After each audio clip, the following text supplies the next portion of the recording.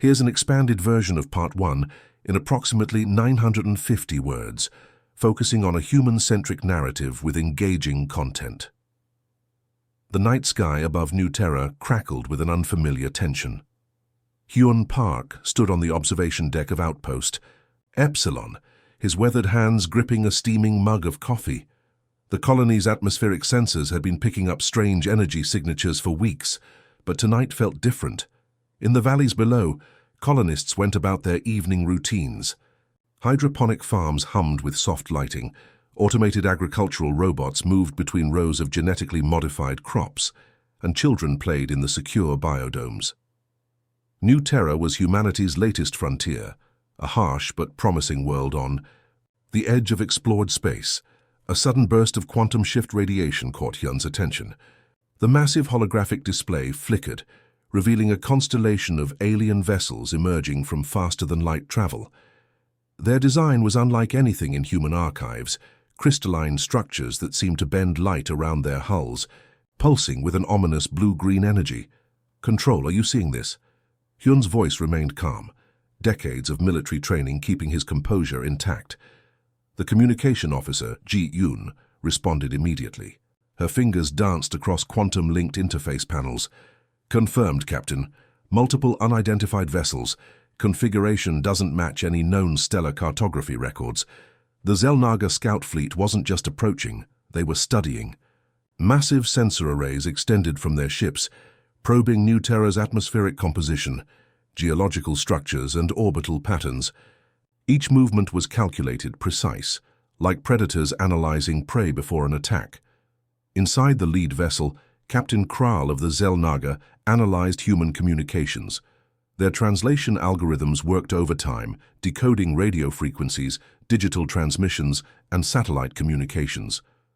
To them, humans were nothing more than another biological resource, primitive, scattered, easily conquered, but they didn't understand the spirit of human colonization.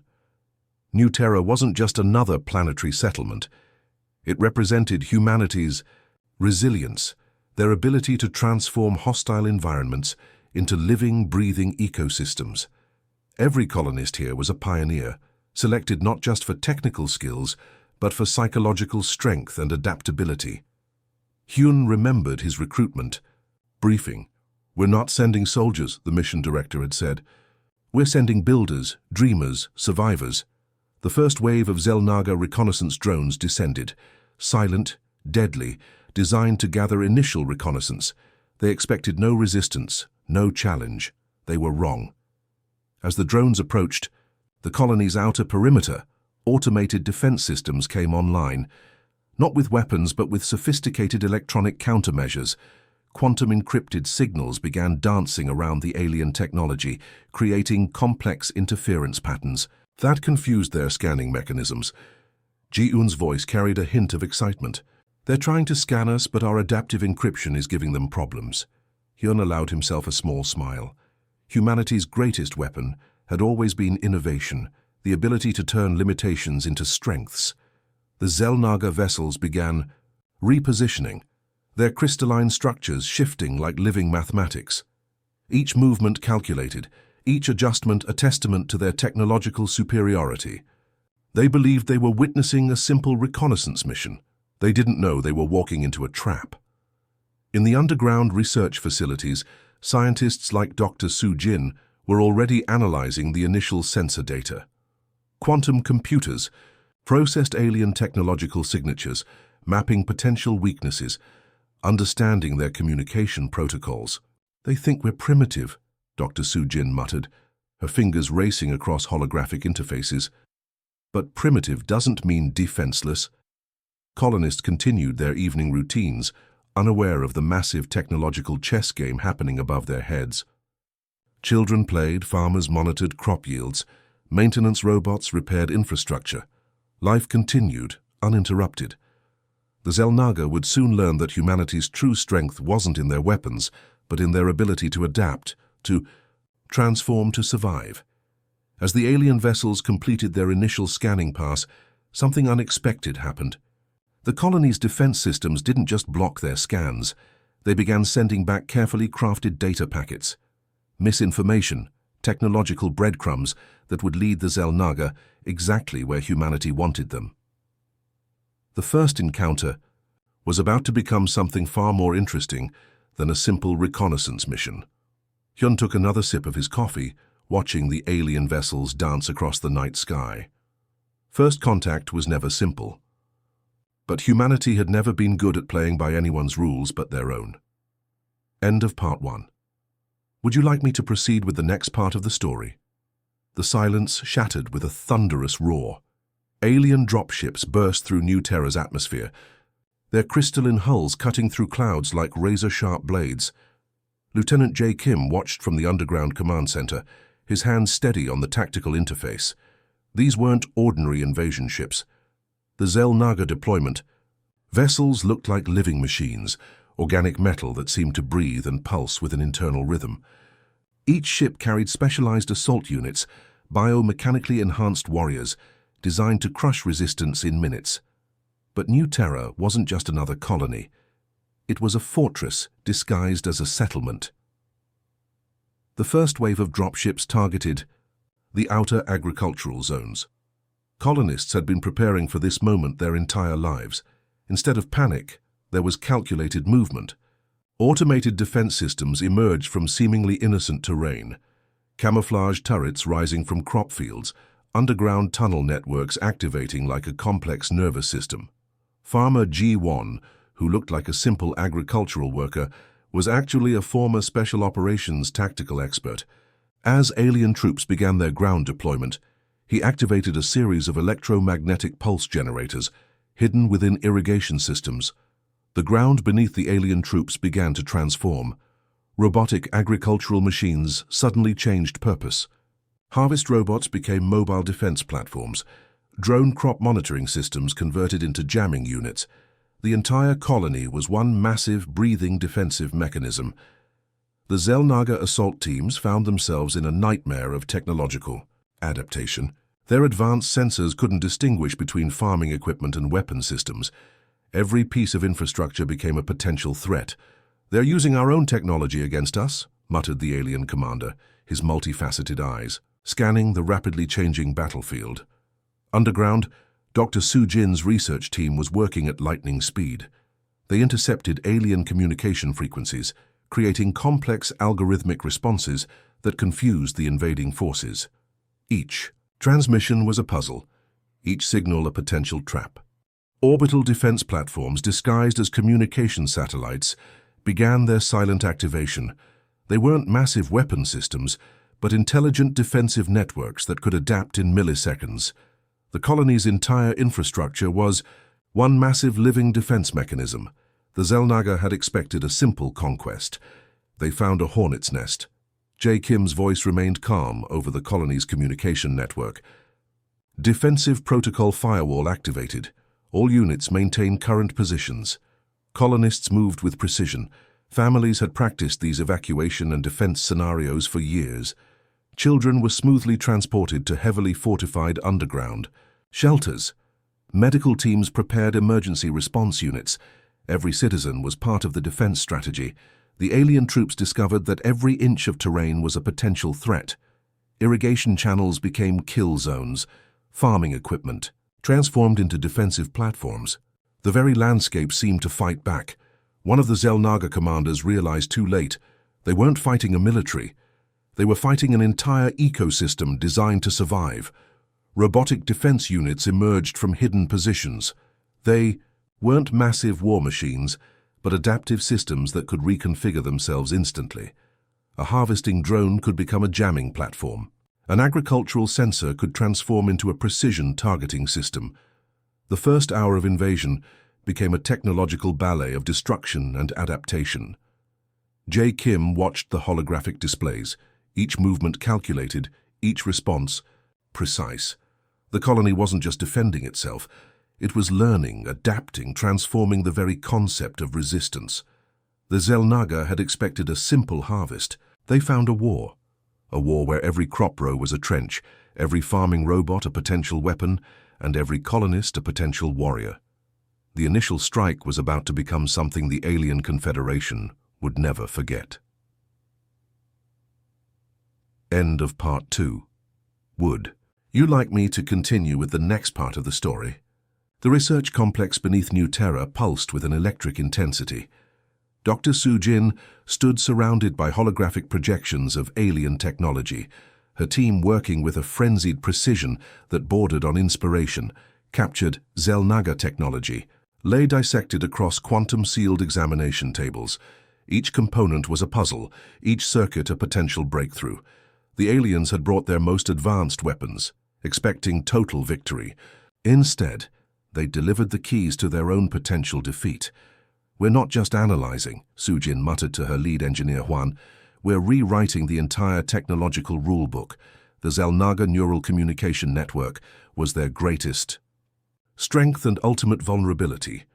Their biomechanical systems relied on instantaneous quantum entanglement, a technology so advanced it made human communication look primitive. But advanced didn't mean invulnerable. Huan's fingers danced across quantum computational interfaces.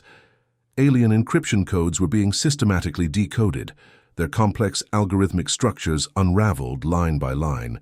What would take standard computational systems decades? Their specialized human network was completing in hours. Outside, the battlefield continued. Alien assault units found their advanced targeting systems going haywire. Communication networks collapsed. Weapon systems began firing at their own units. The Zelnaga were experiencing technological chaos they couldn't comprehend. In the underground labs, something extraordinary was happening. Human engineers weren't just copying alien technology, they were reimagining it. A captured energy weapon was being transformed. Agricultural pulse generators were being integrated into defensive systems. Every piece of technology became a potential, a weapon. They designed these systems to be rigid, Su-Jin explained to her team. "We'll make them fluid, adaptive, unpredictable."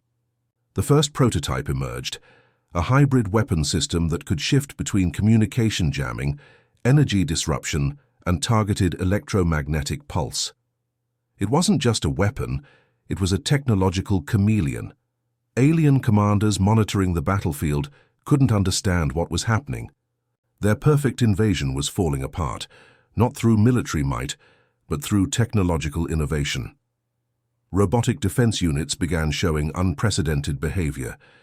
Agricultural drones transformed into complex defensive platforms. Farming sensors became precision targeting systems.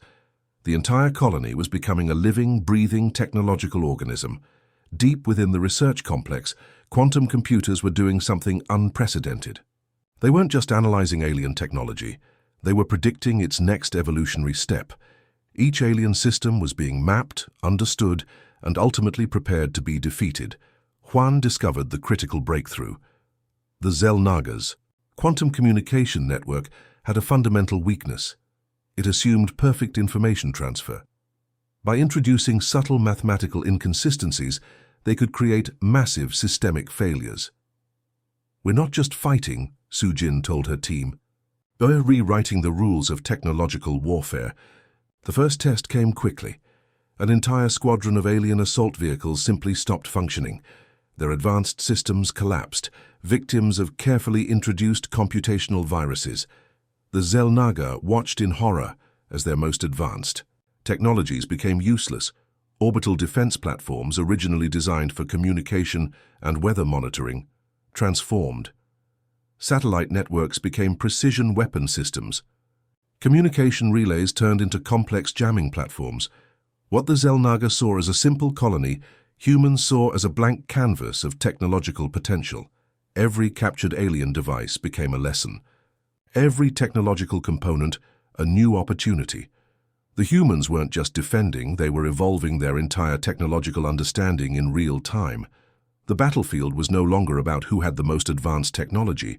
It was about who could adapt the fastest, and humans were masters of adaptation. As alien commanders watched their invasion crumble, human engineers in underground labs continued their work. Each moment was a breakthrough, each discovery a potential game changer. The technological adaptation had begun, and the Zelnaga had no idea what was coming next. End of Part 3. Would you like me to proceed with the next part of the story, the communication? Center buzzed with calculated energy. Wu Sung leaned forward, his eyes reflecting multiple holographic displays showing intercepted alien transmissions. This wasn't just about blocking signals. This was about breaking their spirit. The Xelnaga communication network was a rigid hierarchy. Each transmission followed strict protocols, each message carefully encoded. But humans understood something. The aliens didn't. Psychology was the most powerful weapon. Wu's team began their intricate dance of misinformation. They didn't just intercept alien communications, they started manipulating them. False reports began spreading through the Xelnaga command structure. Entire squadrons received contradictory orders. Strategic points were reported as heavily defended, when they were essentially empty. "We're not fighting their technology," Wu explained to his team. "We're attacking their confidence." Holographic displays showed the psychological impact in real time. Alien communication patterns became increasingly erratic. Command structures began questioning their own intelligence reports. Uncertainty spread. Like a virus through their rigid military hierarchy, strategic audio broadcasts began. Captured alien communication frequencies were subtly manipulated. Human technicians created message fragments that suggested internal rebellion, equipment failures, and strategic miscalculations. Each transmission was a precision-crafted psychological weapon. In the alien command ships, confusion reigned. Commanders received reports of massive human resistance in locations that were completely empty. Other transmissions suggested entire alien squadrons had been compromised by internal conflicts. The Xelnaga's greatest weakness was their absolute belief in their technological superiority. They couldn't comprehend that humans were playing an entirely different game, a game of perception and psychological manipulation. Robotic communication relays across New Terra transformed into complex psychological warfare platforms. What looked like simple communication infrastructure became sophisticated misinformation generators. Each transmission was carefully crafted to introduce maximum doubt. Wu's team discovered the alien communications' fundamental weakness. Their hierarchical structure left no room for improvisation. By introducing subtle inconsistencies, they could create massive systemic confusion. "Humans adapt," Wu told his communication specialists. "Aliens follow protocols."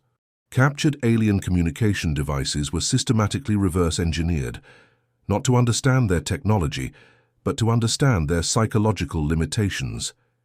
Each discovered communication protocol became a potential vulnerability. Orbital communication satellites began broadcasting carefully constructed messages. Some transmitted false surrender negotiations. Others suggested massive human counterattacks in completely different sectors. The alien command structure began consuming its own intelligence reports.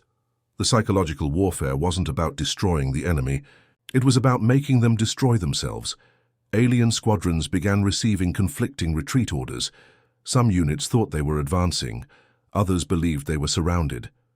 The precision of human psychological manipulation was turning the entire invasion into a nightmare of miscommunication. Wu watched the holographic displays, each movement calculated, each transmission a carefully placed psychological puzzle piece. The aliens were fighting an enemy they couldn't see, couldn't understand, and couldn't predict. Their rigid technological superiority was becoming their ultimate weakness. Communication patterns showed increasing panic. Alien commanders began questioning their own intelligence reports. Strategic points that were supposed to be critical became sites of massive confusion. "We're not just defending," Wu said quietly. "We're dismantling their entire understanding of warfare." The battlefield had transformed. It was no longer about physical combat. It was a war of perception, of psychological manipulation, of introducing calculated uncertainty into a system that demanded absolute certainty. Humans had turned psychological warfare into an art form, and the Xelnaga were about to become their masterpiece. The communication center continued its silent, deadly work. Each transmission a weapon, each message a potential destruction. The psychological warfare had only just begun. End of Part 4. Would you like me to proceed with the next and Final part of the story? The final battle erupted like a symphony of technological chaos. Captain Hyun Park watched from the colony's primary defense platform, his hands steady, eyes calculating every movement across the massive holographic display. Xel'Nagar ships filled. The sky above New Terra, massive crystalline structures that once seemed invincible, now looked like wounded predators. Their perfect formation had collapsed, replaced by desperate, scattered movements. Weeks of psychological warfare and technological adaptation had transformed the battlefield. What began as an invasion was now a complete systematic collapse of alien military strategy. The colony's defense systems were no longer just defensive. They had become a living, breathing technological organism. Agricultural drones transformed into precision strike units. Communication satellites became weapon platforms. Every piece of infrastructure was now a potential weapon. Alien squadrons found themselves fighting an enemy that existed everywhere and nowhere simultaneously. Their advanced targeting systems couldn't lock onto threats. Communication networks collapsed. Weapon systems began firing at their own units. Dr. Su Jin's final technological innovation activated. A quantum disruption wave spread across the alien fleet, not destroying their systems, but fundamentally rewriting their operational protocols. Alien ships began experiencing total system failures, their advanced technologies turning against them. They thought we were primitive, Hyun muttered, watching another alien battleship suddenly lose power. The colony's underground command center became a symphony of controlled chaos. Tactical coordinators like Jae Kim managed multiple layers of defense simultaneously. Each movement was calculated, each response precise. Robotic defense units moved with an almost organic coordination. What looked like simple agricultural machines transformed into complex weapon platforms. Farming sensors became targeting systems. Irrigation channels became strategic movement corridors. The Xel'Nagar commanders realized too late they weren't fighting a military. They were fighting an entire ecosystem designed to survive. Orbital defense platforms unleashed their final sequence. Captured alien technologies were repurposed, transformed into weapons that the original designers could never have imagined. Each strike was a testament to human innovation. Communications specialist Wu Sung continued his psychological warfare. Intercepted alien transmissions now carried messages of complete hopelessness. Alien units received contradictory orders, their rigid command structure collapsing under the weight of manufactured uncertainty. One by one, alien ships began losing power, not through direct weapon strikes, but through systematic technological manipulation. Their advanced systems became their greatest weakness. The colony's defense wasn't just about survival. It was about sending a message to the entire galaxy. Humanity would not be conquered. Massive energy discharges lit up the sky. Alien ships that once looked invincible now drifted like wounded animals. Their perfect technological superiority had been systematically dismantled by human innovation. Hyun watched the final moments of the battle. It wasn't a traditional victory. It was a complete reimagining of warfare. "We didn't just defend," he said quietly to his team. "We evolved." The last alien ships began their retreat, not destroyed but fundamentally broken. Their technological superiority had become their ultimate weakness. New Terra stood intact. Not through massive weapon systems, but through adaptation, innovation, and an unbreakable human spirit. As the final alien vessels disappeared into faster-than-light travel, the colony's inhabitants knew something fundamental had changed. This wasn't just a battle. This was a declaration to the universe. Humanity would not be a resource to be harvested. Humanity would be the architects of its own destiny. The silence after the battle was more powerful than any weapon. A new chapter in human galactic history had just been written. End of Part 5. Would you like me to provide an epilogue or additional context for the story?